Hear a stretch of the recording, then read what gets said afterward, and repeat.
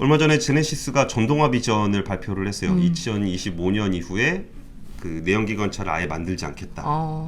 2025년 이후라. 4년 남았죠, 4년. 얼마 안 남았습니다. 진짜 얼마 안 남았네요. 근데 이거를 제가 예전에 좀 취재했을 때 들었던 얘기는 네. 2023년 얘기도 들었어요.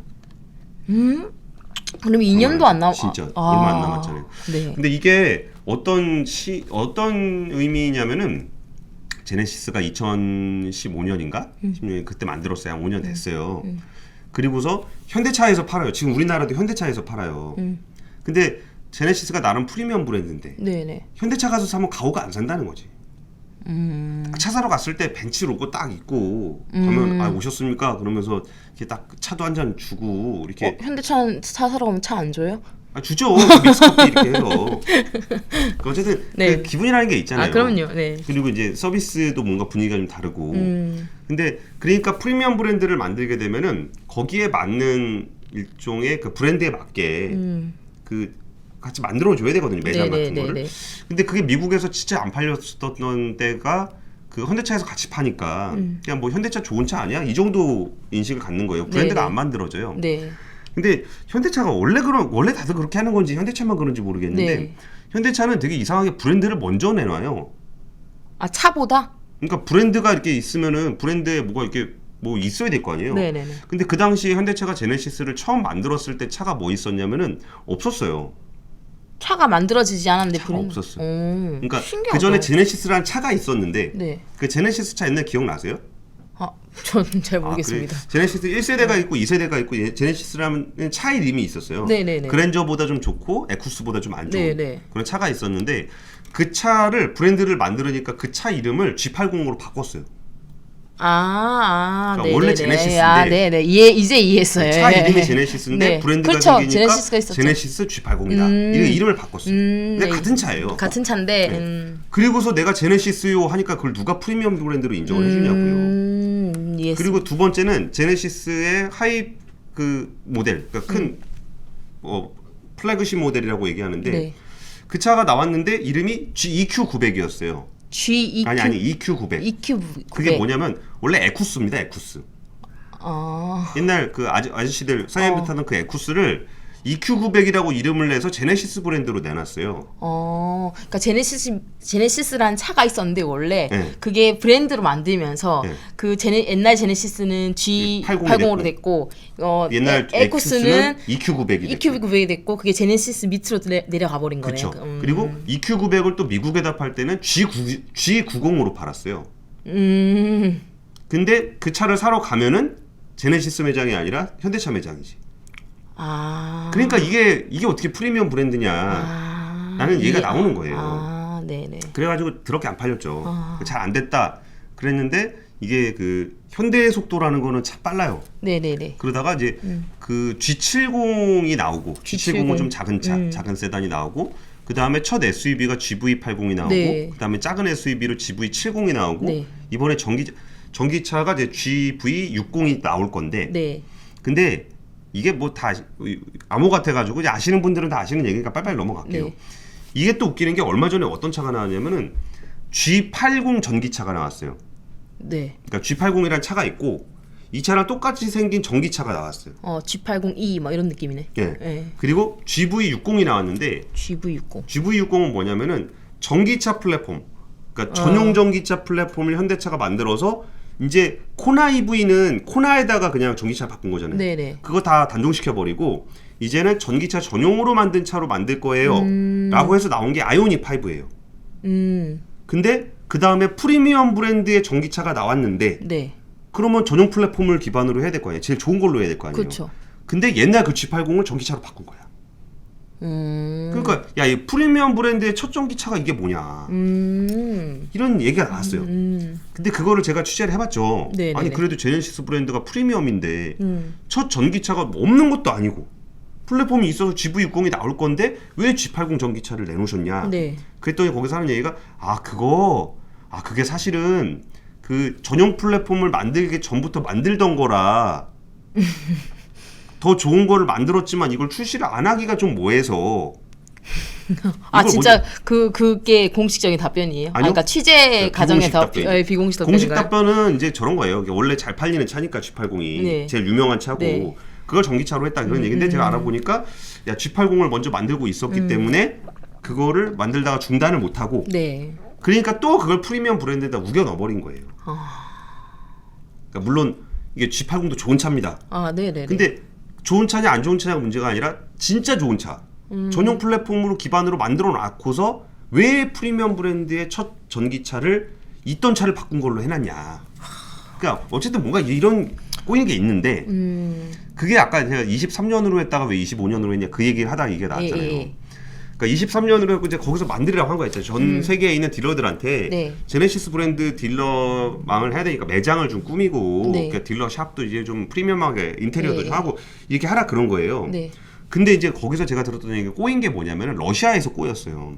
그러니까 러시아에서도 꽤 우리나라 차 많이 팔리거든요. 네. 이게 1위가 본 회사 그러니까 러시아 회사 차고 2위가 현대차, 3위가 기아차 이래요. 잘 팔려요 러시아에서 한국 현대차.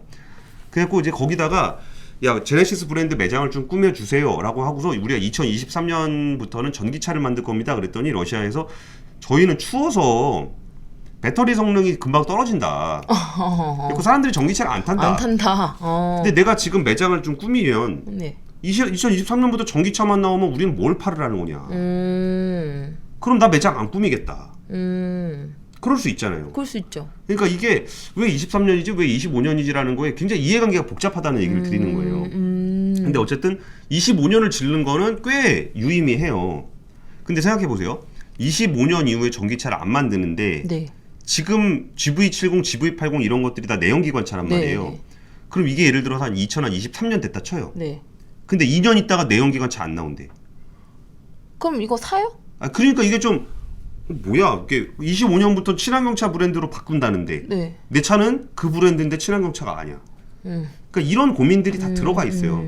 물론 내연기관차의 생산은 개발해놓은 차의 생산은 2030년까지 할 거예요. 네. 그러니까 신차가 25년부터 나온다는 건데 어쨌든 이런 선언은 꽤 과감한 선언이에요. 그러니까 2025년부터 신차는 다 전기차로 가고 예. 생산은 어쨌든 30년까지는 한다. 예. 이 말인 거죠. 예. 그러니까 여기서 그 되게 그 어려운 판단을 했다는 얘기를 드리는 거예요. 어쨌든 25년을 질러놓은 거는 그 지금에 있는 내연기관을 파는 거에도 차질이 생길 거고 딜러들이 원하는 수요도 다를 거고 그리고 이게 우리나라만 볼 게 아니라 다른 나라에 충전소가 많이 없는 나라라든지 그쵸. 이런 데도 딜러샵을 만들어야 되는데 여기에 신차를 전기차로만 내놓겠다라는 거는 굉장히 좀 과감한 판단을 한 거다라는 거고 여기에 또 다른 브랜드들과의 차별화된 점이라고 하면은 여기는 수소차가 들어갑니다.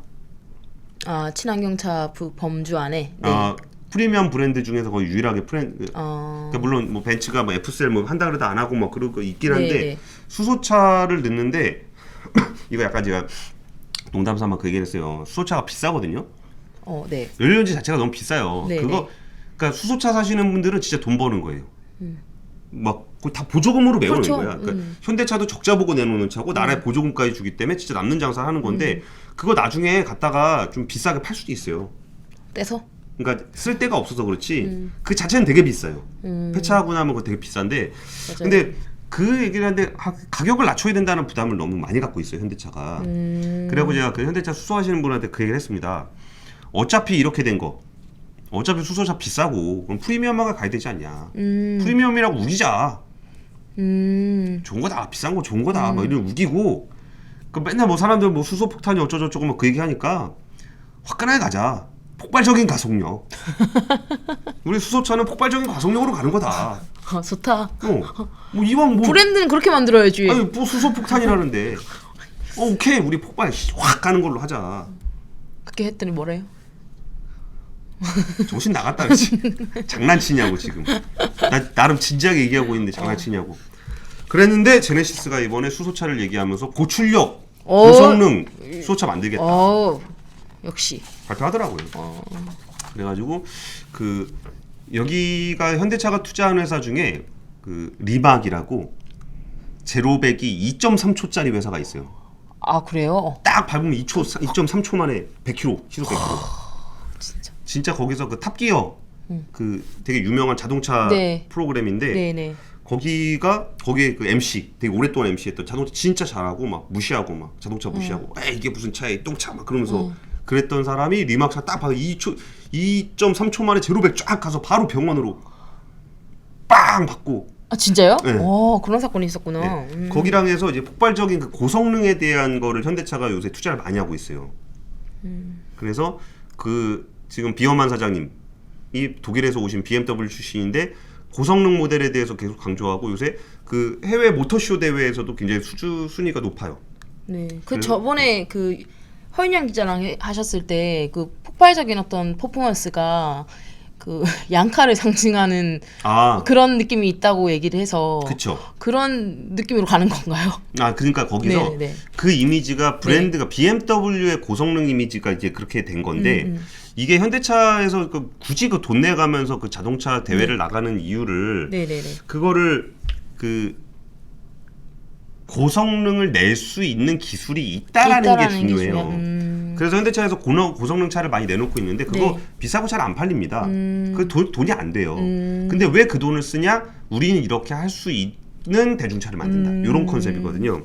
그래서 이번에 그 고효율 차세대 배터리를 개발해서 제네시스에 적용을 하고 고성능 수소연지 차를 만들어서 제네시스에 전기를 하겠다라고 하고 있고 여기서 제가 들었던 얘기 중에 좀 인상적이었던 거는 고성능 이게 들어올 때가 부담스러운 게 뭐냐면은 예를 들어서 트럭이나 이런 거 용도로 연료연지를 만들면 트럭은 몇 대 안 팔리잖아요. 네네네. 그러니까 이거를 독자 개발을 해서 하자니 좀 부담스러워요. 많이 안 팔리니까. 네네. 그러니까 굳이 작은 차는 배터리가 유리하다고 얘기하면서도 넥소에다 그 배터리를 그러니까 연료를 집어넣을 수밖에 없는 거는 많이 팔아야 되니까 이익을 내려면.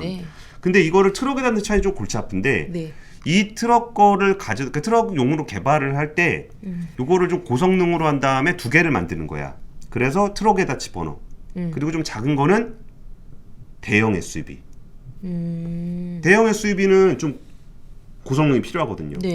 그러면은 이거를 고성능용으로 트럭용으로 만들면서 이거를 제네시스 브랜드의 플래그십 수소 SUV를 만든다면 이런 쪽에다 또 적용을 할 수가 있어요. 그러니까 고성능을 항상 스포츠카로만 보실 게 아니라 이게 좀 대형 SUV는 배터리로 힘들거든요.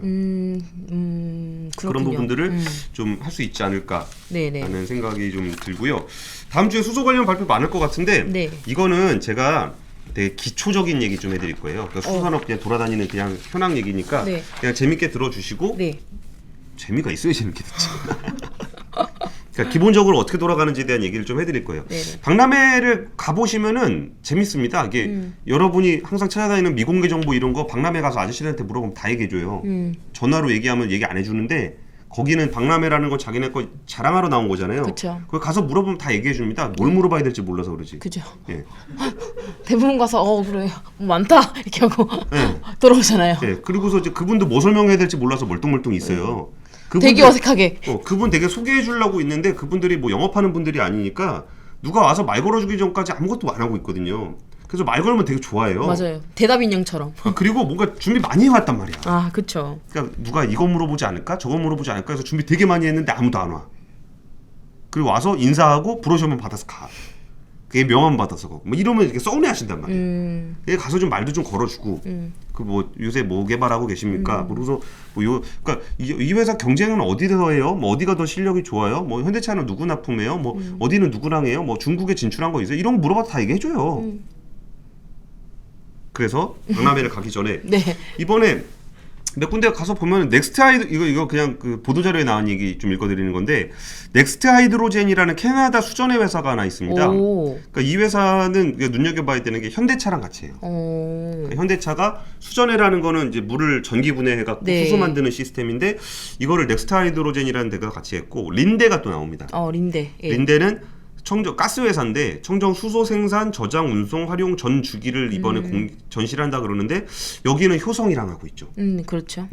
그리고 엘캠텍이라는 회사는 국내 회사인데 여기도 수전해 설비, 거기 원천 기술이 있는 회사고요. 수전해 설비 다른 회사로는 지필로스라는 회사가 있는데 여기는 이제 그린 수소 관련 중부 발전이랑 그린 수소 관련한 실증 사업하고 있고 2030년까지 제주도 에너지 공사하고도 하고 있어요. 그러니까 수전에 요새 관심 많이 받고 있으니까 이거 가서 물어보세요. 그냥 수전해를 잘한다는 게 뭐냐? 그냥 좀 무식하게 물어보셔도 돼요. 그분도 어차피 할 일 없어. 그거 설명해 주려고 있는 거란 말이에요. 그러니까 누가 와서 말을 걸어주기, 김춘수의 시의 꽃이라고 불러주기 전까지 나는 전시품에 불과했다. 와서 질문을 해주기 전까지 나는 그냥 브로셔다. 이런 건데. 그리고 포스코 그룹도 이번에 들어가는데. 포스코도 들어가요? 네. 네. 포스코가 뭐 물어보기 진짜 힘든 회사거든요. 네. 그러니까 철 만드는 회사잖아요. 네. 뭘 물어보냐고 철 만드는 회사한테. 근데 여기에 이번에 계열사들이 다 나와요. 근데 수소 생산에서는 포스코, 네. 충전 인프라는 포스코 건설, 네. 수소 무역은 포스코 인터. 포스코 에너지는 수소 발전 이런 거 6개 계열사가 들어온다 그래요. 포스코 에너지 있군요. 예. 그러면 거기서 뭐 수소 환원 제철 공법이라든지 소재라든지 이런 거 물어보시고 공부하실 분들은 그러면 그런 소재는 누가 하냐, 뭐 어디가 하는 데 있냐, 어디가 잘하냐 이런 거 물어보셔서 투자하시러 갈 거면은 그런 걸 갖고 와서 공부를 따로 하셔야 될 거예요. 아까 박진 기자가 업체들 소개를 해주면서 그 회사가 지금 어떤 상황이고 재무제표는 어떻고 이런 건 따로 공부를 하셔야 된다 그랬잖아요. 네. 그런 건데 어떤 회사의 재무제표를 공부할지를 모르시잖아요. 그러니까 이런 데 가서 경쟁력 있는 회사들 얘기를 들어보면서 체크를 하시면 좀 도움이 되지 않을까라고 생각을 하고 있습니다. 그리고 이거 되게 중요한 건데 제가 10일 날 그 킨텍스에서 하는 그린 수소 컨퍼런스에 제가 패널로 참여를 합니다. 그래서 혹시 방송 시작부터 끝까지 자기 홍보를 열심히 하시네요. 혹시 오셔갖고 어색하게 중국의 어떤 그런 처단을 받아야 될 것 같은데 중국에서 뭐 잘 모르겠다 그러면은 이렇게 오셔갖고 좀 수줍게 봐라 이렇게 얘기하시면 봐라 이러면서 제가 이제 저희만의 진짜 봐라 이렇게 저희만의 메시지 손에 이렇게 봐라 적고 가세요. 그러지 이렇게 하면 됩니까? 네. 그리고 뭐 굳이 미리 좀 공부를 하셔야 되겠다 그러면 제가 2019년에 썼던 책 수소전기 체시대가 제가 그날 앞에서 책을 조금 땡겨서 팔고 있을게요. 어때? 건당 한 100원 정도. 자 이제 진짜 수소 얘기할게요. 네. 제가 2019년에 처음 수소차 책을 쓸 때 진짜 수소에 대해서 정말 사람들이 관심이 없었고 욕을 엄청 먹었어요. 뭐 저런 말도 안 되는 거를 하려 그러냐, 그것도 사기꾼 아니냐, 뭐 이런 식의 얘기를 많이 들었는데 그게 왜 사기꾼이라고 욕을 먹었는지 전 너무나 잘 알아요. 왜냐면 제가 수소업자가 아니잖아요. 취재하는 입장이니까 수소업자들이 무슨 얘기를 하고 다니고 수소 기술이 어떤 한계가 있고 수소가 왜 욕먹는지 너무 잘 알아요. 일단 수소는 비싸요. 비싸죠. 모든 게 비싸요. 모든 게. 수소도 비싸고 만드는 것도 비싸고 연료도 비싸고 운반하는 것도 비싸고 다 비싸요. 그리고 효율이 되게 떨어집니다. 지금 말이 됩니까? 비싸면 효율이라도 좋든가. 효율도 떨어지고 비싸요. 그러니까 이번에 폭스바겐에서 뭐라 그랬냐면은 폭스바겐이 앞으로 수소차를 만들 일은 없을 거다. 그리고 지금뿐만 아니라 10년 후에도 없을 거다. 이런 얘기를 하면서 어떤 자료를 제시했냐면은 에너지 효율에 대한 얘기를 했어요. 에너지 효율은 그러니까 배터리가 전기가 있는데 이거를 배터리에다 집어넣어서 차를 굴리면 에너지 효율이 80에서 90%가 나온다. 근데 재생에너지가 있는데 이거를 물에다 갖다 박아서 수소를 분리해서 수소를 연료전지에 넣어서 연료전지를 전기를 만들어서 그래갖고 차를 굴리면 효율이 한 35%밖에 안 된다. 왜 이런 짓을 하냐? 전기가 있으면 배터리 집어넣고 90%로 가면 되지. 네. 이거를 왜 그 짓거리를 해서 35%로 가냐? 네네네. 이거는 말이 안 된다. 이 얘기를 한 겁니다. 그래서 맞잖아요. 맞죠. 너무나 효율성만 따졌을 말이에요. 때. 그래가지고 수십 년 동안 수소는 사기꾼이었어요. 그러다가 최근 2, 3년 사이에 왜 그렇게 갑자기 수소에 대한 관심이 많아졌을까? 난 이게 너무 신기했거든요. 네네네. 근데 뭐 수소가 변한 게 없잖아요. 네네. 수소는 원래 수소였고 효율이 좋아진 것도 아니고 가격은 떨어져 봐야 뭐 아직 떨어진 것도 아닌데 왜 그런가 제가 얘기를 들어보니까 결정적인 계기가 탄소 중립이었다는 거예요. 2018년에 IPCC에서 1.5도를 넘기면 안 된다는 걸 발표를 했어요. 그쵸, 그러니까 그 전에는 한 2도, 뭐 3도 이런 얘기하다가 1.5도를 넘기면 안 된다는 얘기가 나오고서 그 정부가 각국 정부가 탄소를 줄이는 거. 감사합니다. 저도 감사합니다. 네, 대표이사님, 혹시 이 대표이사님이 저희 대표이사님. 저희 대표이사님이십니까? 아니시죠? 이거 이렇게 보내놓고 제가 월급에서 차감하는 거 아니죠? 예, 뭐 아닐 거라고 믿습니다. 그랬는데 이게 너무 타이트해지다 보니까 예전에 탄소를 줄이는 쪽으로 관심을 갖다가 안 되겠다 싶은 거야. 그래서 넷제로가 나온 거예요. 그러면 아예 수소가 아예 그 탄소를 안 나오게끔 하는 계획을 짜야 되는 상황이 됐어요. 그러니까 그러면 어떡하지? 그러면 이제 기후재앙을 빌 게이츠 책, 기후재앙 책에 보면은 여러 가지 대안이 나와요. 그러니까 넷제로를 위해서 어떤 걸 해야 되는지를 여러 가지 얘기가 나오는데 뭐 빌 게이츠가 했던 얘기 중에 재밌던 거는 저거 있죠. 이게 공기 중에서 그냥 이산화탄소를 뽑아내는 거야. 오, 너무 좋죠. 어떻게 뽑네? 뽑는 기술이 있대요. 빌 게이츠가 뭐 이렇게 돈이 많은 사람이니까 여기저기 나 이건 좀 부럽더라. 돈이 많으면 자기 돈을 안 써도 사람들이 와서 막 알려줘.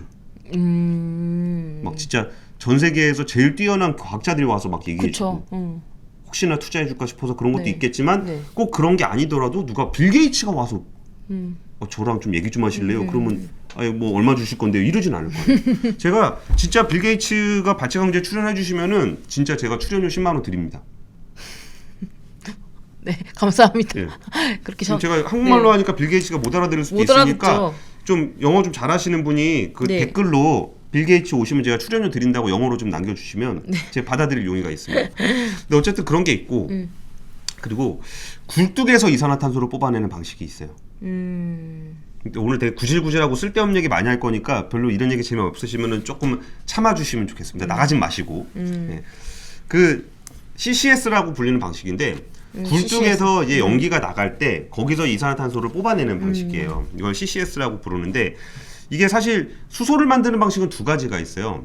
물에서 물이 H2O니까 거기서 O를 빼고 H를 쓰는 거. 네. 그리고 탄화수소, 그러니까 화석연료. 화석연료가 탄화수소인데 CH 뭐씩 이렇게 가요. CH4 그럼 가스 이런 건데 거기서 C를 띄고 H를 쓰는 거 이렇게 있어요. 그럼 그 C를 뽑아서 내는 게 CCS 기술이에요. 네네. 그러니까 이걸 하면 좋겠다. 그래서 이거를 C를 뽑아내서 그 하는 것을 분류수소라고 보통 얘기를 하죠. 근데 CCS가 되면 CCS만 돼도 너무 좋잖아요. 네. 그럼 화석연료를 막 써도 되잖아요. 근데 CCS 기술이 지금 어느 수준이에요? 그러니까 그 얘기를 좀 드리려고 그러는데 네. CCS를 어떻게 하냐면은 이게 쭉 올라가면 그 위에서 이렇게 굴뚝에서 이렇게 잡아요. 그리고서 여기다가 이제 뭐 아민이라는 물질로 잡아요. 아민이나 아니면 탄산칼륨 이런 걸 통해서 이산화탄소가 올라가면 잡아서 이게 액체가 돼요. 네. 근데 여기서 한국에너지기술연구원에서 키어솔이라는 기술을 우리는 국산화를 했어요. 키어솔이 어떤 CCS 기술인데 이거를 가지고 이제 SK 머티리얼즈에다가 이전을 했거든요. 네네네. 기술 이전을. 그러니까 우리나라에서 이거 한다는 회사도 많아요. 그래서 키어솔에 필요한 탄산칼륨을 쓴다 그랬잖아요. 이건 우리나라의 유니드라는 회사가 만들어요. 네네. 그러니까 우리나라에 있는 기술들이라는 거죠. 그리고 이걸 쭉 올라가서 그 액체를 잡는다 그랬잖아요. 네. 그럼 이걸 잡은 다음에 이거를 이산화탄소잖아. 냅두면은 어디로 날아가 버리면 안 되잖아요. 안 되죠. 그리고 이걸 쓸 수도 있어요. 뭐 이렇게 용접할 때 쓰고 우리가 또 바스킨라빈스 가면은 드라이아이스? 드라이 아이스 그거 쓰는데 사실 쓰더라도 이거는 이산화탄소가 날아가기 때문에 완벽하진 않아요. 그래도 이제 쓰면 좋지. 네네네. 근데 그렇게 쓸 일이 많지 않습니다. 감사합니다. 통영수민 아빠님 감사합니다. 책도 사주시고. 와. 네. 그래서 얘를 잡아서 어떻게 하냐면은 지하 1000m 밑에 대염수층이라는 물이 흘러요. 대염수층이요? 네. 네. 그러니까 지하수의 원천이 되는 대염수층이라는 그러니까 물이 흐른다는 개념도 우리가 강 흐르듯이 흐르는 건 아니고 뭐 석유 매장되듯이 그렇게 있는 건데 대염수층이라는 곳이 지하 1000m 밑에 있는데 그거를 파이프를 뚫어가지고 액화시킨 이산화탄소를 그 밑에다가 집어넣습니다. 대염수층에. 그럼 그게 섞이면 거기가 탄산수가 되겠죠. 네. 왜 웃어요? 그거 되게- 뽑아 되게 먹으면 탄산수 될 것 같아가지고. 되게 진지합니다. 진지해요 저도. 네. 근데 그러면 안 되는 거 아니에요? 그래갖고 이게 네. 지금 기술은 그렇게 돼 있어요. 이게 네. 나오면 안 되니까. 이산화탄소를 잡았는데 그걸 다시 나오면 안 되니까 CCS 기술은 이거를 기본으로 해요. 그리고서 이게 다들 고민하는 부분이 이게 환경에 영향이 있을까 없을까? 이건 잘 모르겠어. 그래서 포집 기술이 되게 중요한데 그걸 활용하는 기술이 더 중요하다는 얘기들도 전문가들이 하시더라고요. 그러니까 말은 그렇게 하는데 네. 제가 활용에 대해서도 네. 말씀을 드릴게요. 네. 그리고 또 하나 방법이 그걸 받아가지고 그러니까 액체가 고여 있는데 잘 안 나오는 데가 있어요. 액체가 고여있는데 잘 안 나오는데. 네, 원유 있는데 네. 원유는 진짜 막 시추를 막 엄청 뚫어야만 네, 나오잖아요. 네. 그러니까 보관이 잘 돼 있다고. 그 천연가스 같은 경우도 인간이 그걸 어거지로 뚫지 않는 이상은 안 네. 나오잖아요. 네. 그러니까 보관이 잘 되는 지역이에요. 근데 석유를 다 빼고 나면은 가스를 다 빼고 나면 거기가 빈 공간이 돼 있을 거 아니에요. 네. 거기다가 이산화탄소를 갖다 넣는 거예요. 그런 방식이 있는데 이게 우리나라에서도 이걸 하고 있어요. 네. 우리나라 동네에도 가스전이 있거든요. 네. 가스전에다가 그거를 갖다가 이렇게 집어넣는 것을 하고 있는데 2025년부터 연간 한 40만 톤 규모의 이산화탄소를 갖다가 거기다 집어넣으려 그럽니다. 그럼 30년 동안 한 1,200만 톤 정도 이산화탄소를 저장할 수 있는 기술을 지금 하고 있고 현대중공업 이 그 플랫폼 개발을 지금 하고 있어요. 그리고 그 한 5억 톤 정도 CO2를 저장할 수 있는 장소가 저기 그 포항 영일만 앞바다하고 기장부지 쪽에 있대요. 5억 톤이요? 네, 5억 톤. 저장할 수 있는 곳이 있는데 이때 아까 얘기했잖아요. 근데 이거 뚫으면 네. 진짜 괜찮을까요? 뚫으면 뭐, 뚫게 해줘요? 지역 주민들이? 그런 것도 있지. 네, 민비도 있어요. 저는 좀 안 믿기는 뭐라고 해야 되지? 그러니까, 좀 안 이게 뭐 이렇게 그렇게 썩? 네, 제 집 앞에 뚫는다 그러면은 그렇죠. 나가야지 또. 네. 그래서 이 프로젝트는 그 영일만 앞바다하고 기장분지에 있던 프로젝트는 포항 지진 났을 때 혹시 이거 했다가 지진 나는 거 아니야를 그러니까 좀 검토를 해보는 바람에 멈춰 있어요. 네네네. 그러니까 이게 우리나라에서 할 수 있는 CCS의 전부입니다. 그리고 아까 제가 40만 톤 얘기했잖아요. 네. 그러니까 참고로 말씀드리면 우리나라가 연간 8억 톤의 이산화탄소가 나와요. 8억 톤. 네. 네. 근데 연간 40만 톤 정도 소화할 수 있대요. 8억에 40만이요? 안 되겠죠? 안 되겠네요. 그러면 또 그럼 광구가 많은 데로 가보자. 어. 광구가 많은데. 그러면은 뭐 기름 많은데 가스 많은 데가 광구가 있을 거 아닙니까? 네. 그러면은 원유로 얘를 갖고 와. 원유가 와. 네. 그럼 거기 탱커가 비어 있을 거 아니에요. 그 탄소를 채워. 이산화탄소를 집어넣어. 네. 그래서 보내서 광고에 다 집어넣는. 그러면 이산화탄소를 운반할 수 있는 배가 필요하죠. 네. 그거를 현대 미포조선이 포스코랑 만들고 있습니다. 그러니까 CCS 기술이 뭐냐만 말씀드리는 게 아니고 네네. CCS 기술을 진짜 하려고 지금 하고 있다는 얘기를 드리는 거예요. 그리고 CCS 기술을 누가 좋아하냐면은 네. 우리 원죄가 있는 형님들이 좋아합니다. 원재가 있는 이산화탄소에 원죄가 있는 석유화학? 그런 업체들. 그 왜 그러냐면 자기들의 기본이 화석연료잖아요. 그렇죠. 근데 지금 그러니까 친환경 에너지로 가버리게 되면은 자기네가 할 일이 없어져요. 자기들의 어떤 기본 경쟁력인 원천이 없어지기 때문에 그렇죠. 화석연료를 활용해서 뭔가를 할 수 있다면은 자신들이 가지고 있는 경쟁력을 기반으로 해서 할 수 있어요. 네. 그러니까 플라스틱 하던 업체가 친환경 플라스틱을 하면서 여기서 탄소를 어떻게 할 수 있다면 그 고민들을 계속 하다 보니까 그쵸. CCS 기술에 관심이 많아요. 그렇군요. 되게 좀 석유화학 업체들은 엄청 심각하게 그 문제를 생각하고 있죠. 되게 당면한 가지고 그러다 보니까 그런 기술들에 많이 투자도 하고 그렇게 하는데. 그렇죠. 그러니까 대안으로서 CCS라는 거는 탄소를 뿜고 빼는 거잖아요. 네네. 그러니까 탄소를 안 만들 생각은 잘 안 하는 거야. 탄소를 안 만들면 자기 경쟁력이 아니니까. 그러니까 자기가 다루는 물질이 탄화수소인데 네네. 여기서 탄소가 없이 가는 H2O의 세상에 오면 자기네들의 경쟁력이 떨어지기 때문에 CCS는 이쪽 원재가 있는 쪽에서 되게 좋아해요. 네네. 그래가지고 우리나라에도 여기 관심 많은 회사가 되게 많은 겁니다. 요새 블루수소니 CCS니 이런 얘기가 많이 나오는 이유가 녹색 전환의 흐름뿐만이 아니라 우리나라의 산업 기반이 그쪽으로 많이 되어 있기 때문에 그래요. 그쵸. 그래가지고 일단 그 대표적으로 블루수소를 얘기하는 CCS를 얘기하는 대표적인 회사가 얼마 전에 얘기했던 이거 나중에 한번 따로 할까 생각하다가 오늘 그냥 녹이 한번 해보고 그냥 관심들이 있으시면 따로 할 건데 SK E&S가 파이낸셜 스토리를 발표를 했어요. 네. 여기가 7조 원의 기업 가치를 2025년에 35조 원 5배 간다. 500%. 근데 비상장사예요. 그러니까 SK 지주가 자기네 140조 시가총액 얘기했잖아요. 네네. 그러면 지주가 시가총액 140조가 되려면은 그 계열사들이 많이 커야 되고 커져요. 그러다 보니까 E&S가 7조짜리 회사를 35조로 늘리고 매출을 6조에서 13조 원으로 늘리겠다라고 발표를 했어요. 이게 파이낸셜 스토리인데 여기가 하고자 하는 주요 산업이 CCS 기반이에요. 여기가 LNG 회사거든요. 도시가스 하는 회사인데 네. 이거를 LNG를 그 하되 네. LNG 발전을 하면서 CCS로 뽑아. 네. 탄소를 뽑아. 요걸 통해서 하겠다는 거가 하나 있고 네. 또 하나는 LNG가 있어. 그럼 거기서 탄소를 떼어. 그리고 수소를 해. 그러니까 하나는 LNG로 바로 쓰는데 네. 여기서 나오는 탄소를 CCS로 잡겠다 네. 하는 게 있고 두 번째는 이 LNG를 쪼개서 수소로 쓰고 나머지를 잡겠다. 요걸 하고 있어요. 네. 그래가지고 한 CCS 기반 LNG를 한 130만 톤 정도 해서 이거를 국내 최초로 도입을 하겠다는 거고 친환경 LNG를 포함해서 SK E&S 전체 공급량을 2023년 600만 톤, 2025년에 1000만 톤으로 확대를 하겠다는 거예요.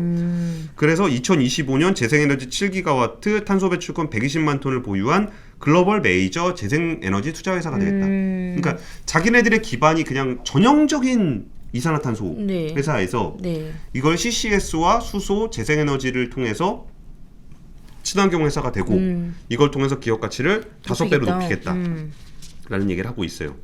그러니까 아까 지금 말씀드렸던 얘기가 포스코, 현대철철, 포스코, 효성, 한화 뭐 이런 데들이 다 수소를 얘기하면서 분류 수소를 얘기하고 부생 수소를 얘기하는 이유는 아까 말씀드렸던 이 얘기를 하는 거고 네.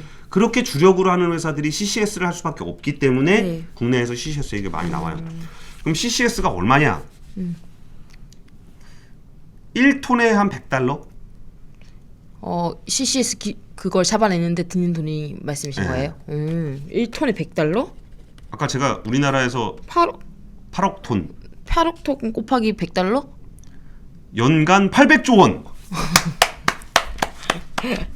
와, 엄청나게 이게 뭐 그러니까 이게 너무 쉽게 얘기하는 경향이 있다는 거예요. 그쵸. 뭐 CCS 하면 된다라고 얘기하는 건 아까 얘기했던 이산화탄소 기반으로 하는 회사기 때문에 그 이산화탄소를 기반으로 하는 회사기 때문에 CCS를 얘기할 수밖에 없고 네. CCS를 얘기하게 되면 CCS의 비용이라는 게 들어가는데 이게 그 어마어마한 비용이 들어간다.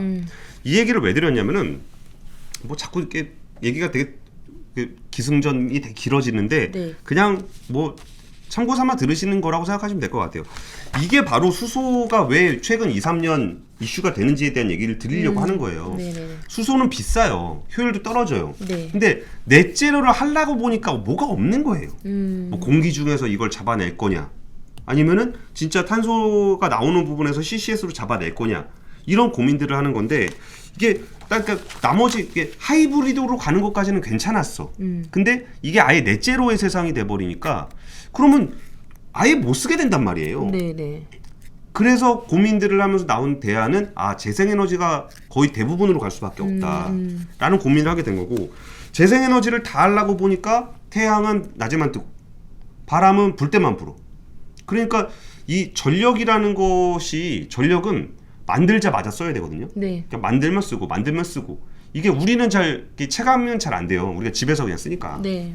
근데 이거는 어딘가에서 우리가 쓸 거라고 예상을 하고 그 타이밍에 맞춰서 만들어 놓기 때문에 네네. 만듦과 동시에 사용을 해야 되고 네. 만들어진 게 사용되지 않으면 안 됩니다.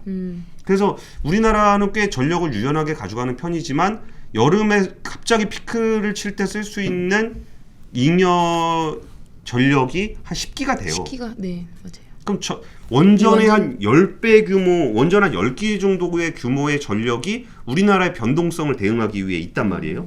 근데 이걸 재생에너지 다 가면은 태양 뜰 때만 나왔다가 바람 불 때만 나왔다가 이러면은 전력망이 감당을 하는 게 불가능해요. 그래서 중요한 게 에너지 저장 운반이 되게 중요해진 거예요. 그래서 에너지를 지금 전기를 어떻게 저장하냐 그러면은 작게 생각하면은 뭐 배터리 저장하면 되지. 근데 배터리에 저장되는 전력은 진짜 조금이거든요. 네. 그러니까 이거는 너무 배터리가 비싸고 많은 양의 저장이 안 돼요. 그럼 지금은 대량 전기를 어떻게 저장을 하냐? 네. 그 양수, 그 물을 양수기로 물을 위로 끌어올려서 전기가 남을 때 그 양수기 돌려 물 끌어올린 다음에 내리는 거, 수력 발전 돌리는 거. 네. 근데 이거는 높은 산이 있어야 돼요. 그래서 장소적인 한계가 있고, 네. 그리고 별거 다 있어요. 그러니까 동굴에다가 바람을 불어서 집어넣어. 전기가 있을 때, 전기가 남을 때 동굴에다 바람을 집어넣은 다음에 압축 공기를 해놓고 나중에 전기가 부족할 때 바람개비가 잘 안 돌 때 얘를 열어서 얘를 뿜어내. 그래서 다시 돌리고. 이게 전기를 저장하는 방식이에요. 네. 그럼 아까 얘기했잖아요. 슈퍼챗이 또 네. 영님 감사합니다. 아까 그 대표이사 우리 대표이사 아니겠죠? 아니라고 말씀하셨어요. 아 그래요? 네. 우리 대표이사는 안 보시나? 안 보시는 것 같은데요. 한 번도 안 보셨을 것 같은데. 그럼 좀 험하게 얘기해도 되겠죠? 얘기했잖아요. 배터리에다가 바로 전기를 넣어서 전기차를 굴리는 방식과 비교를 했을 때 네. 수소는 효율이 굉장히 떨어지고 비싸요. 네. 근데 수소가 해줘야 되는 재생에너지를 주력으로 가는 그런 에너지 사회에서 에너지를 저장할 수 있는 것에 대한 대안이 네. 수소의 경쟁자는 아까 말씀드렸던 건 양수기, 뭐 CCS, 네. 아니면 거기다 공기 집어넣었다 빼고 이런 거란 말이에요. 얘네랑 경쟁을 해보니까 얘기가 되는 거예요. 그러니까 2018년에 IPCC가 1.5도를 얘기하고 정부가 넷제로를 얘기하기 전까지만 하더라도 네. 탄소를 저감하면 되는 거기 때문에 효율을 높이면 되고 네네네. 그렇게 하는 방향에서 수소는 너무 비싸고 비효율적이었단 말이에요. 근데 이걸 넷제로를 선언하고 재생에너지를 주력으로 갈 수밖에 없는 상황이 되니까 그러면 전기를 저장하고 운송할 수 있는 수단이 필요했고 거기에 대한 대안으로서 수소가 주요 메이저하게 들어가게 되는 겁니다. 네. 그래서 그러면은 제가 이전에 그래서 유럽의 에너지 정책 같은 경우는 네. 에너지 통합 전략이라는 게 있고 수소 전략이 같이 가요. 재생에너지를 얼마나 공급하느냐에 대한 계획만 있는 게 아니라 네. 재생에너지를 이만큼 공급하면서 수소를 이만큼 하겠습니다. 같이 가요. 왜냐하면 이 두 개를 별도로 할 수가 없기 때문이에요. 네, 뭐 그렇겠네요. 그러니까 재생에너지를 많이 공급하면 보급할수록 수소 없이 안 돌아가요. 그러니까 같이 들어가야 되는 거고 네. 이거는 약간 지정학적인 문제도 있는데 북쪽에서 일단 북극 쪽에서 불어오는 바람을 이용해서 풍력을 하고 북아프리카 쪽에다가 이제 태양광 깔아가지고 네. 위로 올려서 이걸 수소 파이프라인을 이렇게 만들겠다는 건데 지금 가스 파이프라인이 러시아에서 넘어오거든요. 네. 근데 이게 지정학적인 문제가 항상 있어요.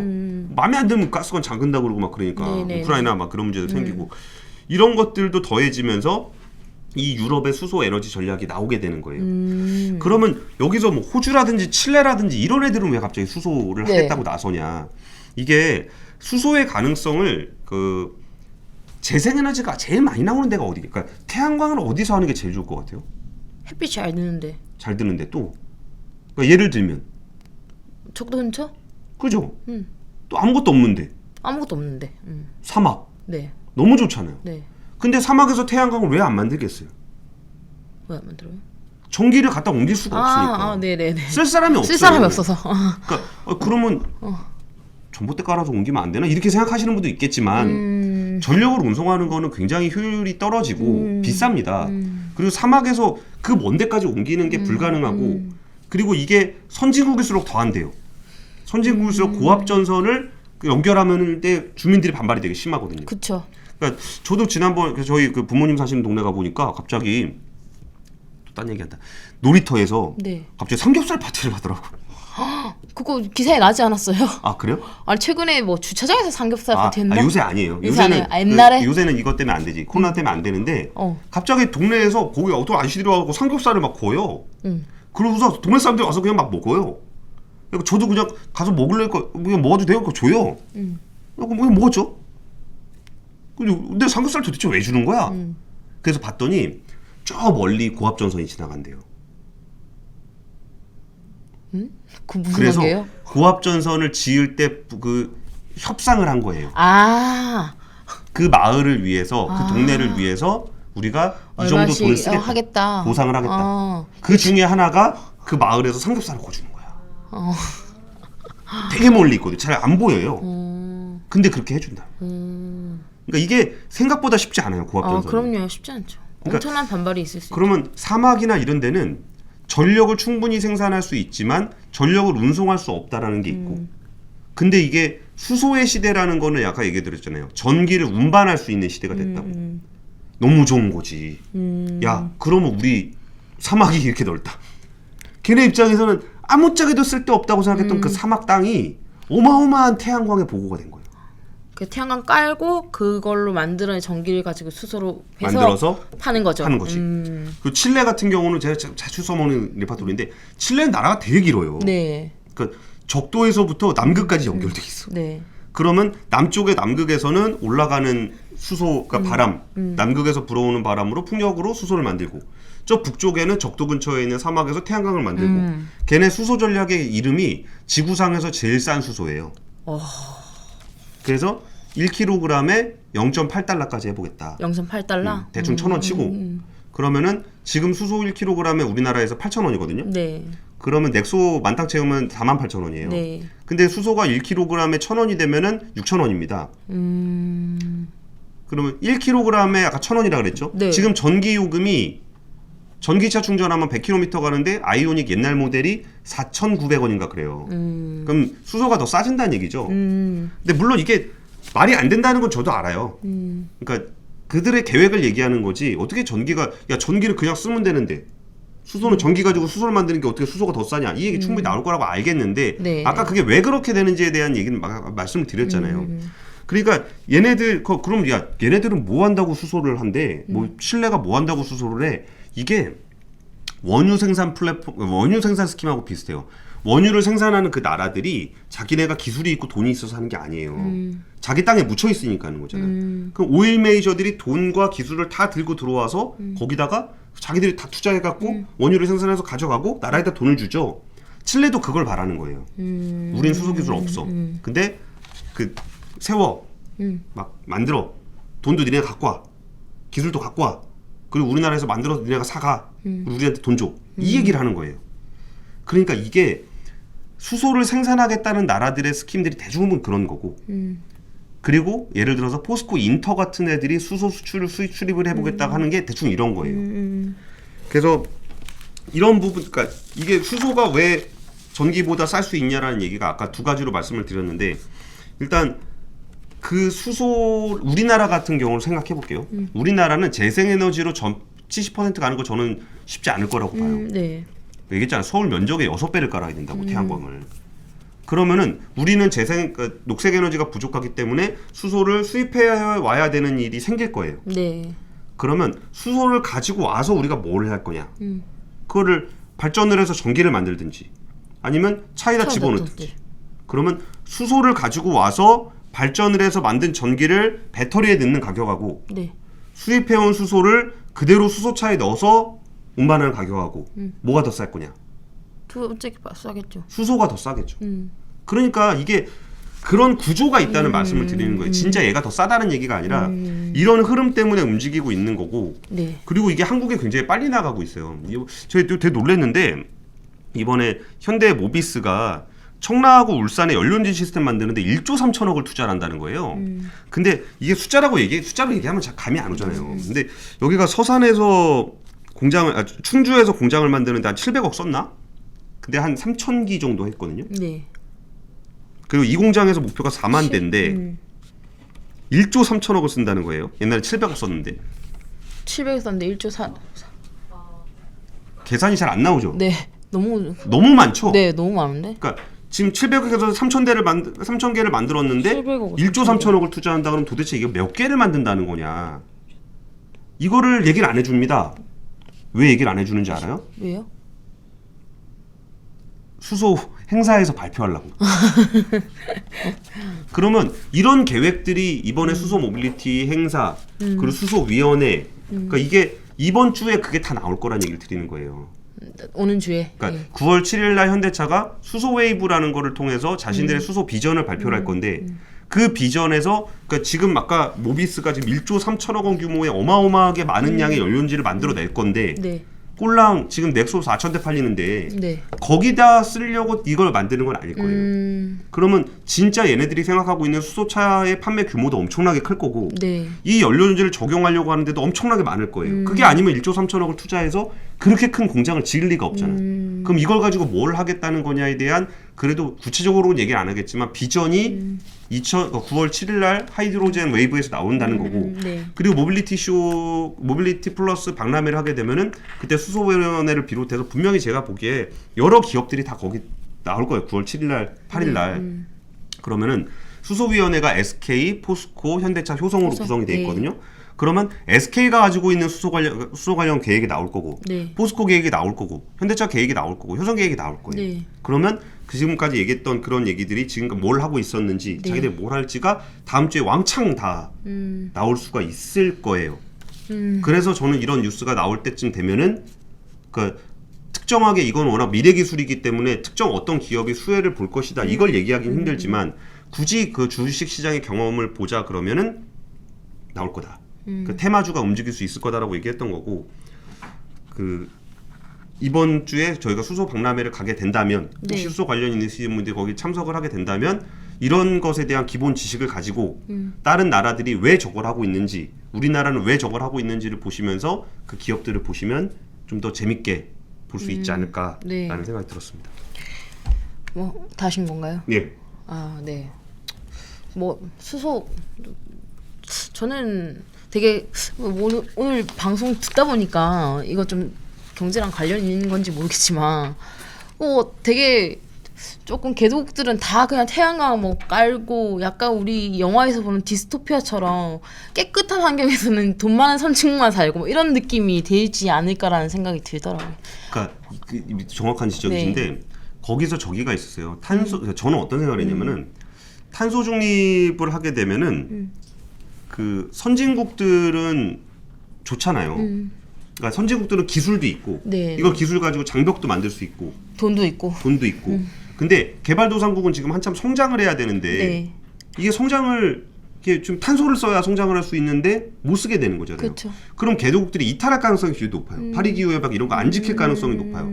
그리고 이게 선진국과 중진국 사이 갈등이 되게 심해질 거고 네네. 그럼 이산화탄소 개발도상국에서 이산화탄소 계속 나오면 여기서 줄이는 게 의미가 없잖아요. 그러니까 인류는 망했다. 선진국이 아무리 그래봐야 개도국에서는 그걸 지킬 수가 없다. 그래서 망했다 이런 얘기가 나오거든요.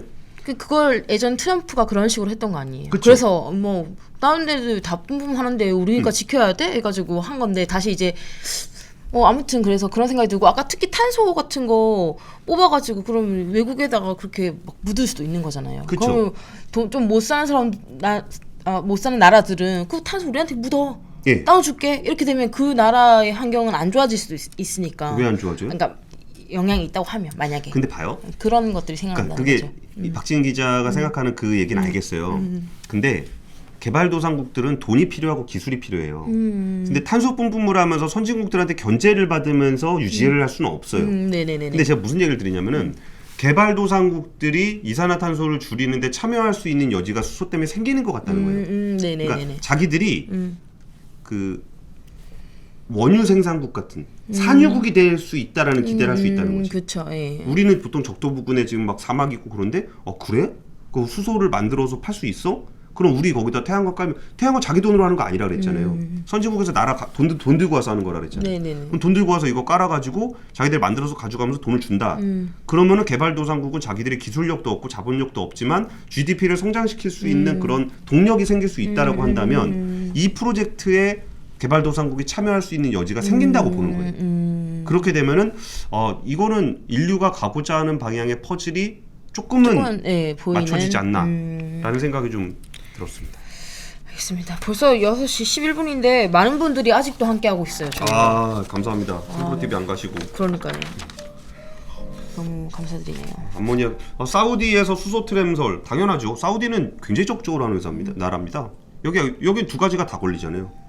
원유 그러니까 산유국이라 네. 자기는 석유 못 팔아먹게 생긴 거 있고 그리고 아까 그 업종 전환할 때 거기서 네옴이라는 도시 만드는데 거기를 완전 친환경 수소 도시로 네. 만들고 있거든요. 네. 근데 거기가 뭐 트램이 다 뭐야?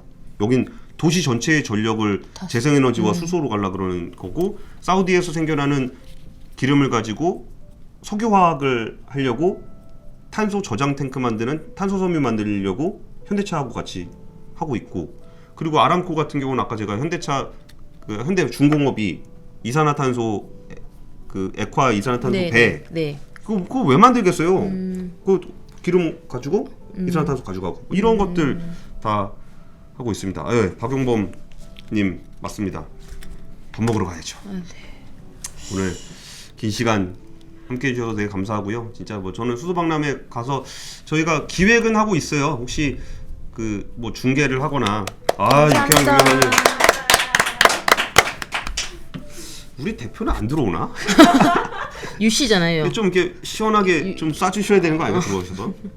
그러니까 가서 뭐 할 수 있는 기획은 좀 하고 있어요. 그래서 박람회 리뷰를 할지 아니면은 중계를 할지 이런 거는 좀 뽀피디하고 좀 고민을 하고 있으니까 좀 다음 주에 수소 얘기 또 많이 나오면 또 딴 건 몰라도 수소 얘기는 박지경제가 우리나라에서 제일 잘할 수 있지 않을까요? 지금까지 함께 해주셔서 감사합니다. 지금까지 박지경제였습니다. 감사합니다.